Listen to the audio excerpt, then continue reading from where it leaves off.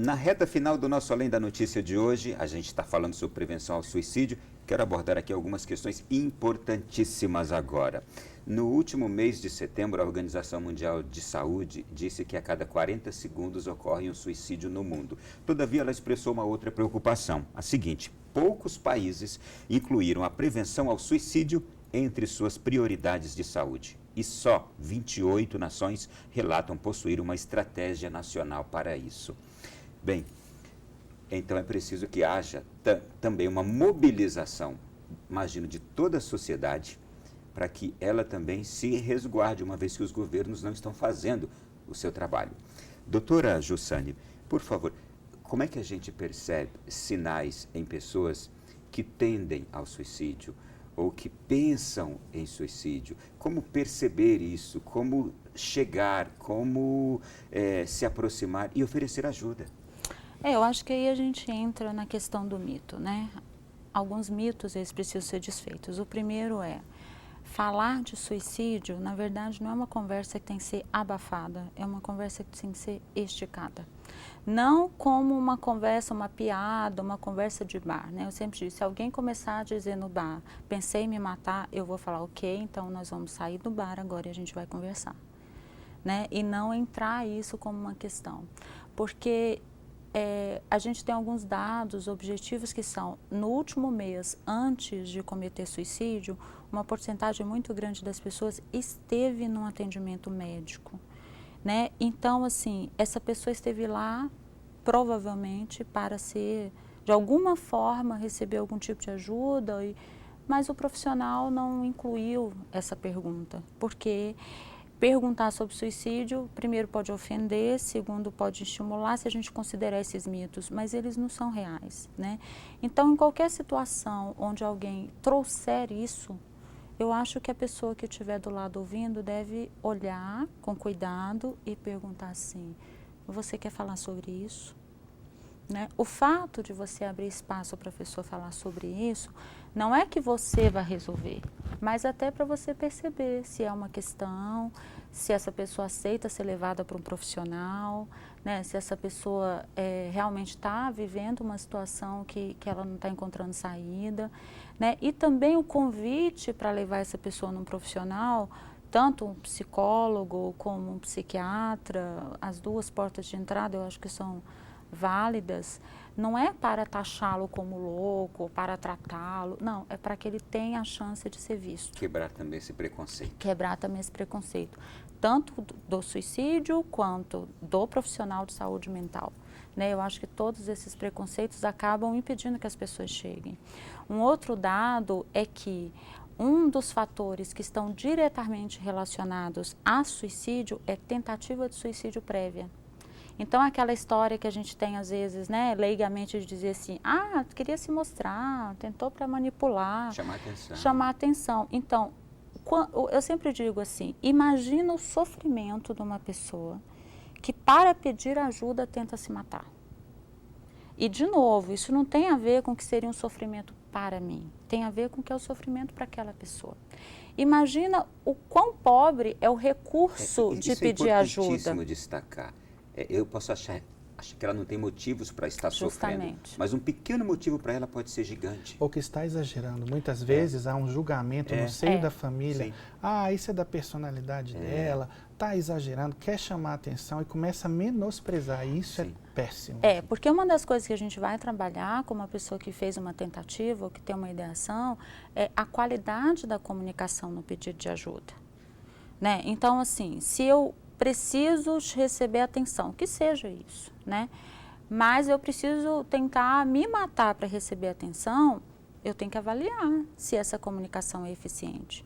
Porque uma coisa que a gente fala é, uma das questões presentes na tentativa de suicídio especialmente é a ambivalência. Às vezes a questão não é que a pessoa quer morrer, ela quer cessar um sofrimento. Né? Então, se a gente já de cara começa a dizer, se seu sofrimento não é forte o suficiente, cessou a comunicação. Sim. Né?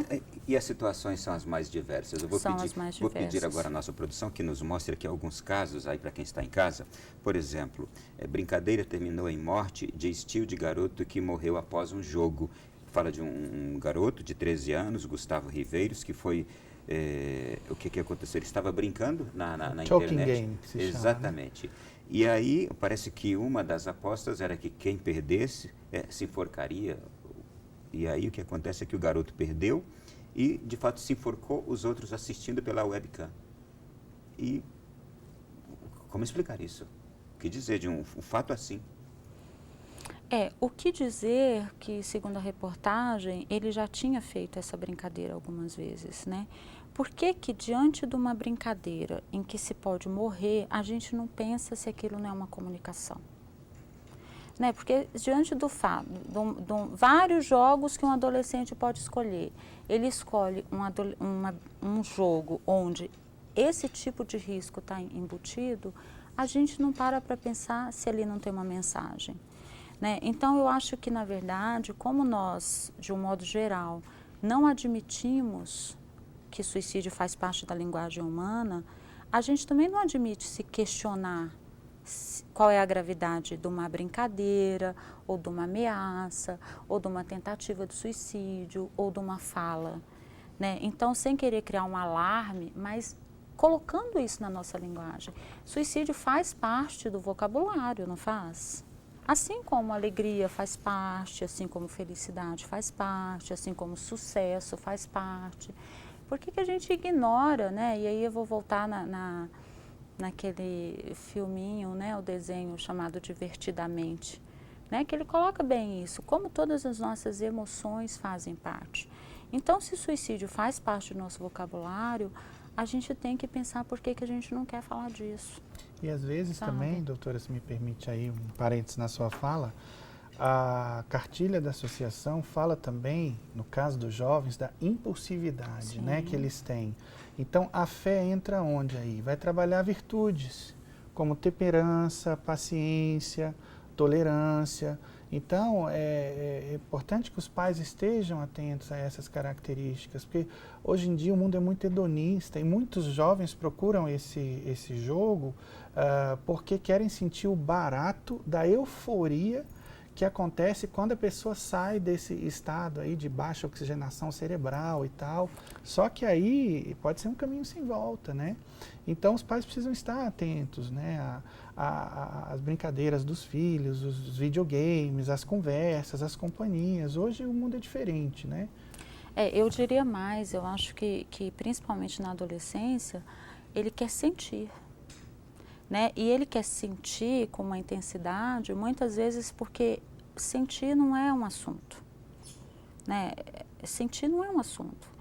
Quantos pais conversam com os filhos sobre o que eles sentem? Doutora, e é importantíssimo, nós estávamos falando deste caso, mas entrarmos justamente na questão da adolescência e da juventude, porque é hoje a faixa etária em que mais, exatamente, ocorrem suicídios. Sim, e aí se a gente pensar que os países que têm taxas mais altas de suicídio tem muito a ver com questão social, a gente tem que pensar o que a nossa sociedade está fazendo, né?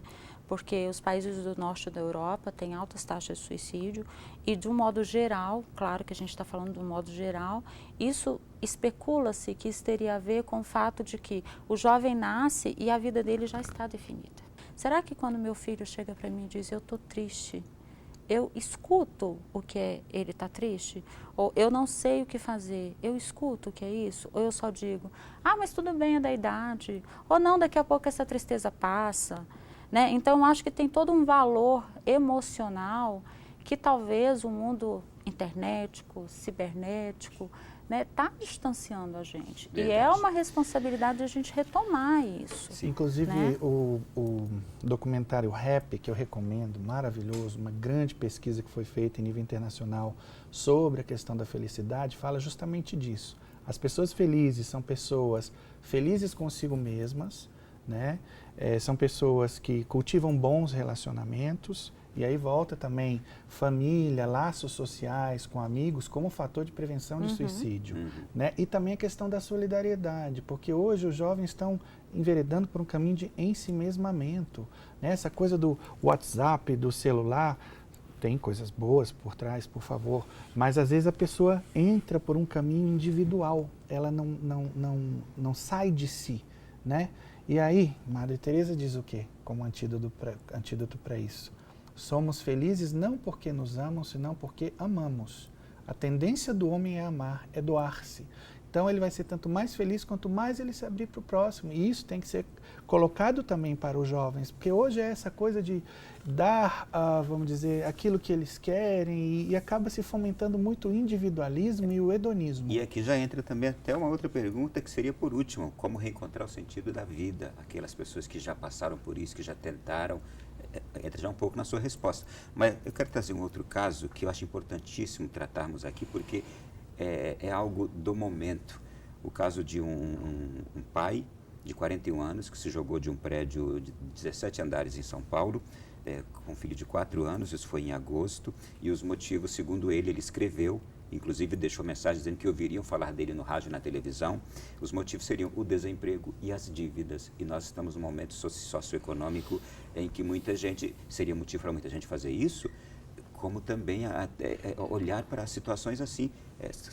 São dores, são dilemas que as pessoas estão vivendo agora, em tempos como este agora. E aí a gente tem que usar um termo, né, que responde disso, que chama resiliência. Né? E a resiliência é uma capacidade de responder, né, e isso não de uma forma imediata, mas de responder adaptativamente a uma situação de estresse. Né? Então, se a gente pega, né, não podemos falar do caso, porque na verdade temos uma fotografia, né?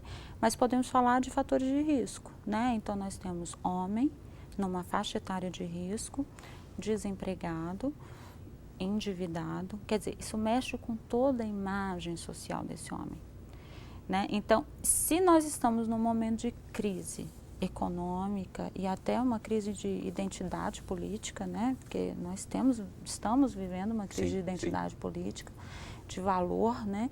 Onde eu entendo que a gente está tentando rever alguns conceitos sociais, mas isso tem um preço. Né? Se de alguma forma nós não sustentamos isso com uma resiliência, individualmente estamos todos em risco. Tá? E aí uma das questões interessantes na intervenção em crise existe toda uma estatística do todo, mas na minha frente tem uma pessoa. Eu preciso saber dessa pessoa. Então, quando alguém fala comigo a respeito disso, eu preciso saber do universo daquela pessoa. Porque uma coisa que eu aprendi na prática é que nós, com a nossa história, chegamos às nossas crises. Então, para mim, eu olho para uma pessoa e digo assim, nossa, mas na situação dela eu não saberia o que fazer. Mas eu não vivi a vida dela.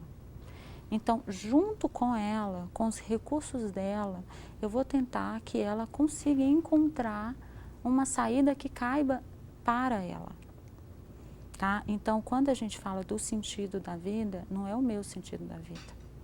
Né? É como, dentro da história daquele indivíduo, a vida faz sentido para ele. E é também despertar em quem está do outro lado, não naquela pessoa que está passando por aquele problema, despertar em si o sentido da compaixão e buscar auxiliá-la. Tem um ponto que eu gostaria de colocar. E já para ir concluindo, por causa do nosso tempo, já lhe pediria, concluindo também, como encontrar esse sentido da vida? Em primeiro lugar, são vários pontos a serem trabalhados a partir da perspectiva religiosa. Em primeiro lugar, eu preciso entender Deus, né, que me ama, que às vezes o meu problema é de autoestima. Então, quando eu entendo que todos podem me rejeitar, mas Deus não me rejeita e me ama como eu sou, isso muda muita coisa. Que Deus é providente, que não vai falhar em fazer a sua parte se eu fizer a minha, porque muitas vezes eu estou só fazendo a novena e esperando o milagre acontecer. Eu não quero bater de porta em porta pedindo emprego, eu tenho medo da rejeição. Eu não procuro melhorar o meu currículo enquanto eu estou desempregado. Existem formas, quantos cursos gratuitos tem por aí, não é? Então tem gente que aproveita essas oportunidades para crescer, para refletir, né, para se aconselhar, e tem gente que fica só murmurando. Então tudo depende dessa atitude da pessoa, né? Questões relacionadas, por exemplo, como culpa, né? A fé trabalha muito bem, até dizem por aí que a Igreja Católica trabalha muita culpa, é o contrário. A Igreja ajuda a pessoa a se entender enquanto pecador, né, a se aceitar, né, a se encaixar nesse contexto da misericórdia divina, que me diz o quê? nem eu te condeno, vai e não peques mais. Há sempre perdão por pior que tenha sido o meu passado, por piores que sejam os meus pecados. E também a fé vai trabalhar desapego, as questões de luto mal resolvido. Quando a gente entende o que é a vida eterna, que meu parente de repente está lá na eternidade, vendo cores que a gente nunca viu, vendo sons que nunca ouviu, né? A gente precisa fazer as pazes com a morte, achar que a morte é o fim da vida, é um equívoco muito grande. O cristão não pode ter medo da morte. Aí, por exemplo, se eu não tenho mais medo da morte, cai por terra a tal da síndrome do pânico, né? Questões com relação a perdão, a fé vai ensinar muito bem, né? Mas é todo um caminho que tem que ser resolvido, sobretudo a gratidão. A fé coloca para a gente todos esses pontos que, se bem trabalhados, pessoa grata, por exemplo, ela vai olhar para o que ela tem e ser feliz com o que ela tem. Não vai ficar chorando o que ela não tem ou sonhando com aquilo que de repente ela nunca vai ter. Então, são alguns pontos, mas é um tema complexo que eu acho que caberia um programa só sobre esse assunto. Dá um novo programa. É. Obrigado, Padre Fernando. Por prazer nada. recebê-lo aqui. O prazer foi todo meu. Doutora Jussane, prazer também enorme recebê-la aqui. Eu queria só completar com uma coisa do simbolismo psicológico do suicídio. Então, uma coisa que eu aprendi na prática é que sim, quando a pessoa está numa crise, algo nela precisa morrer.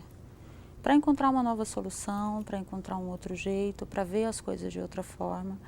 Mas quando ela se mata, ela perde essa chance. Então, eu sempre digo para o paciente assim, eu posso te ajudar se você estiver vivo. Então, assim, manter-se vivo para poder fazer essa transformação na própria vida, talvez seja o nosso grande desafio. E, de certa forma, nós morremos todos os dias, né? O que eu fui ontem, eu não sou hoje. Né? Se eu quero mais alguma coisa, eu vou ter que abrir mão desse meu jeito para ter uma outra forma. Então, para fazer isso, existem profissionais, existem possibilidades. E se alguém na plateia está vivendo uma crise suicida, que tenha a humanidade de buscar ajuda. Eu posso fechar com a frase de Chester Barnard, que tem tudo a ver com o que a senhora falou? Tentar algo e não obter resultado significa pelo menos aprender, mas não fazer a tentativa significa amargar a eterna dúvida do que poderia ter acontecido.